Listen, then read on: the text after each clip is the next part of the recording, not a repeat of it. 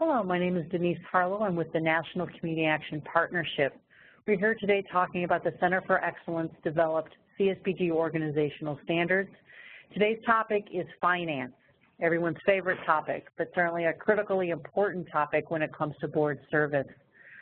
Board members are oftentimes seen as, certainly as the fiduciary of the organization, and when an organization is being talked about, oftentimes finance is the critical factor. And if the organization is having financial difficulty, they turn to the board as the responsible party. So you have a lot of responsibilities in this category, certainly. The first part here, though, is pretty much a no-brainer, I think, for the CAP agencies because this is something you're already complying with.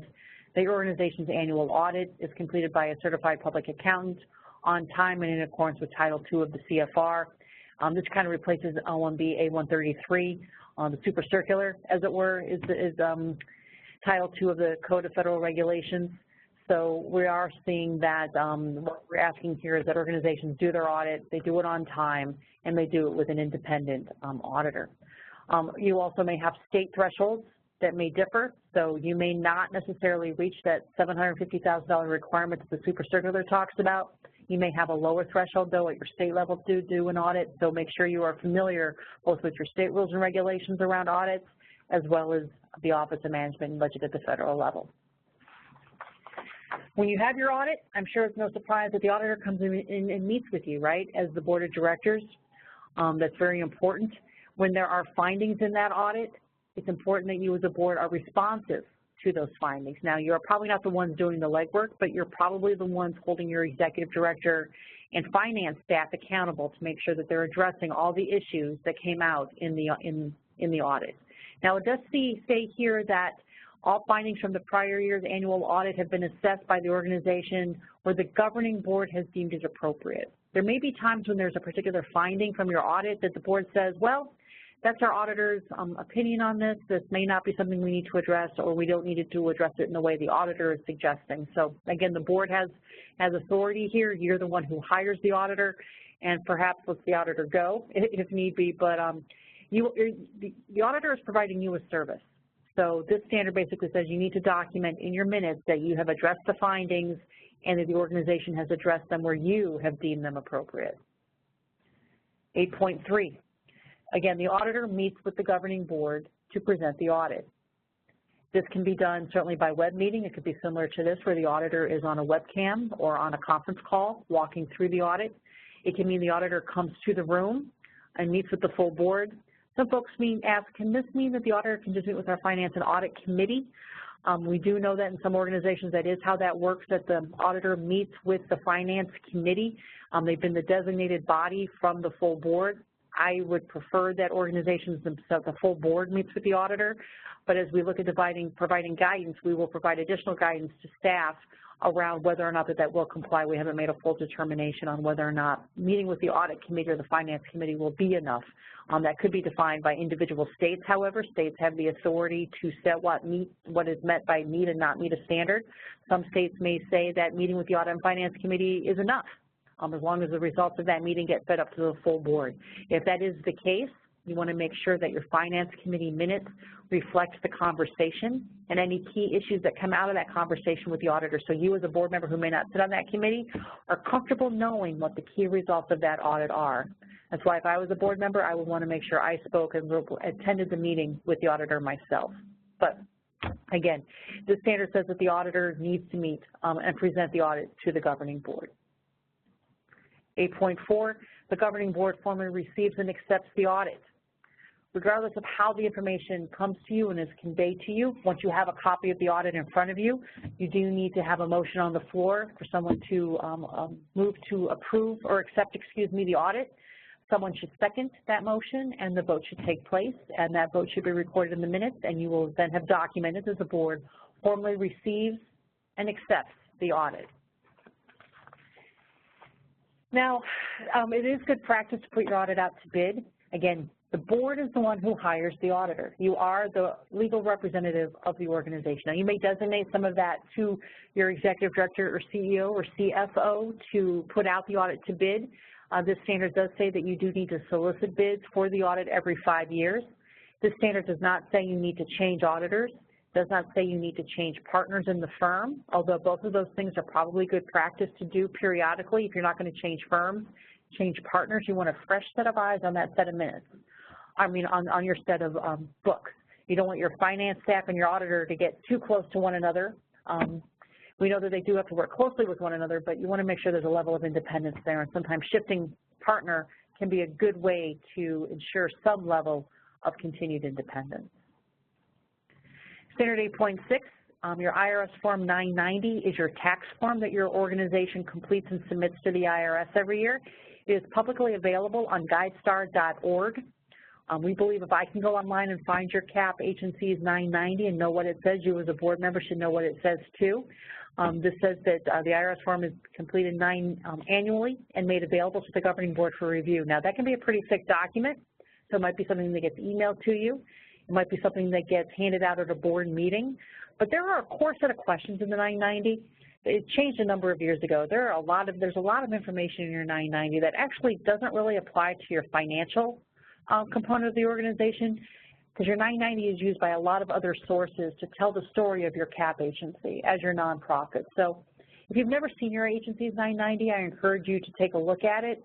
It talks about what your mission is, how you practice as an organization, how your board functions, all sorts of interesting things. So please take a look at it, but again, this standard says that it's been made available to you for review. 8.7, the governing board receives financial reports at every regular board meeting, and you're saying, of course we do. Of course we receive financial reports, which is great. I'm guessing the vast majority of agencies already get these at every board meeting.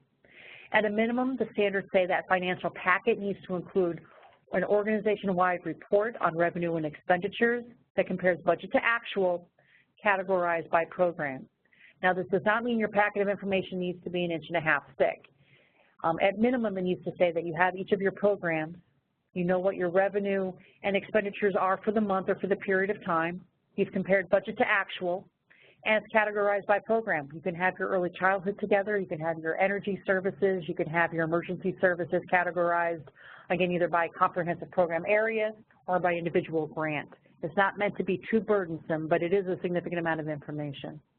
It doesn't say it here, but if I was on a board, I would ask for a percentage column to be added when I look at budget to actual. If I'm 50% through my program year, sometimes looking at a percentage column is easier for me to understand and get my head around how far are we into our expenditures over the course of the year. You also need a balance sheet and a statement of financial position in that board packet.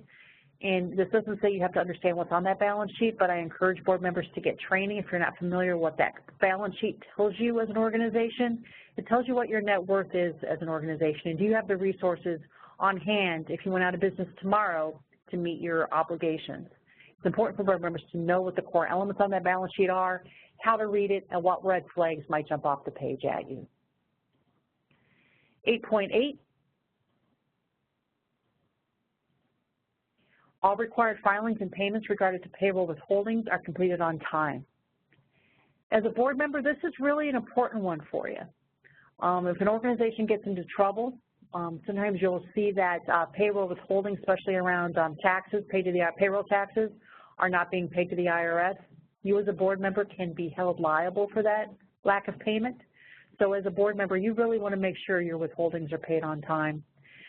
So periodically, it might be good just for your finance committee, your treasurer, to touch base with your executive director, your CFO, to make sure these things are happening. Some organizations have it in their minutes that the treasurer, the finance officer, has reported that payroll withholdings have been met.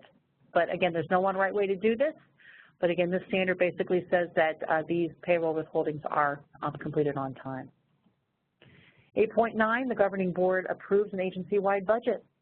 Now, for some of you, this is a no-brainer. You've been doing agency-wide budgeting since the get-go. You've been doing it for a number of years, where you look at your entirety of an organization at least once a year, all of your revenues and all of your expenditures. You probably even have columns for your various programs. You might have weatherization or energy. You might have Head Start, early childhood, emergency services, fundraising. You might have a variety of different things on your agency-wide budget. But it is supposed to be one place where you as a board can tell what's coming in financially and where's it going outflow. And hopefully your budget that you're passing at the beginning of the year is not a deficit budget. You hope that it's at least a break-even budget, that your revenues meet your expenditures. or a surplus, even ideally that you're going to hopefully end the year in the black and have resources in the year that you can set aside and increase your fund balance. If you have not done an agency-wide budget in the past, though, this could be a big lift for you. We have some webinars up on our website, and we'll be working with a lot of agencies and associations providing training in this area, because we know if you haven't had one of these in the past, this could be a reach. But as a board member, it's critically important you look at your agency as a whole at least once a year. 8.10, the fiscal policies have been reviewed by staff within the past 2 years and updated as necessary with changes approved by the governing board. Again, this is an element I would probably farm out to my finance and audit committee. They could work very closely with your finance staff to make sure that this review is happening. If changes are needed, those get first fleshed out oftentimes at that finance or audit committee, and then it comes to the full board for review in a committee report, talked about at the board level, voted on, and accepted by the full board. So this isn't meant to be burdensome, but it is meant to happen at least every 2 years that review takes place. 8.11, that a procurement policy is in place and has been reviewed by the governing board within the past 5 years. It's just good practice once in a while to refresh your recollection of what that procurement policy is, what your levels are for bids and things like that, to make sure they're in compliance with state and federal law, and that you are familiar with what those recommendations or what those rules of the road are for your organization. 8.12, that the organization documents how it allocates shared costs through an indirect cost rate or through a written cost allocation plan. Again, this is primarily going to be a staff function, but you're going to want to make sure that you have some level of expertise around your finance committee table who understands the concept of cost allocation methodology, that you're spreading the shared cost of your organization to appropriately to various programs and grants. Some grants are picking up an inappropriate share of some shared costs, so that needs to be a fair and equitable system across your organization. So again, this might be something that you want to make sure your finance committee is talking about and reporting up to the full board periodically on how this is happening. And 8.13, that the organization has a written policy in place for record retention and destruction. Again, this comes out of the Sarbanes-Oxley era. Many of you probably have a document retention and destruction policy. You just want to make sure that you may see in an upcoming board meeting that this gets shared with the board or talked about, and that the board is assured that this kind of information is in place for the organization. So again, finances is a big lift. It's a core element of your responsibility as a board member.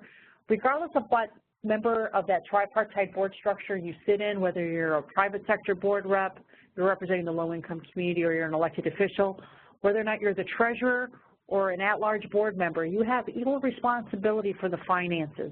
You have an equal responsibility to understand the finances. And there's no way, a real way for us to have a standard that talks about understanding and comprehending what's in that financial package. But you as a board member, it's incumbent upon you to make sure that if you don't understand, you ask questions. I hope that you are asking questions at your board meetings, that you're asking of your treasurer, your finance director, and of your executive director if you don't understand something. If you're asking the question, odds are someone sitting next to you has a very similar question. So that's finance. That's a lot of information in a short period of time. There are a lot of tools and resources up on our website, as well as cap laws. I encourage you to take a look. And with that, we'll close out this section, and we'll see you on our next video. Thank you.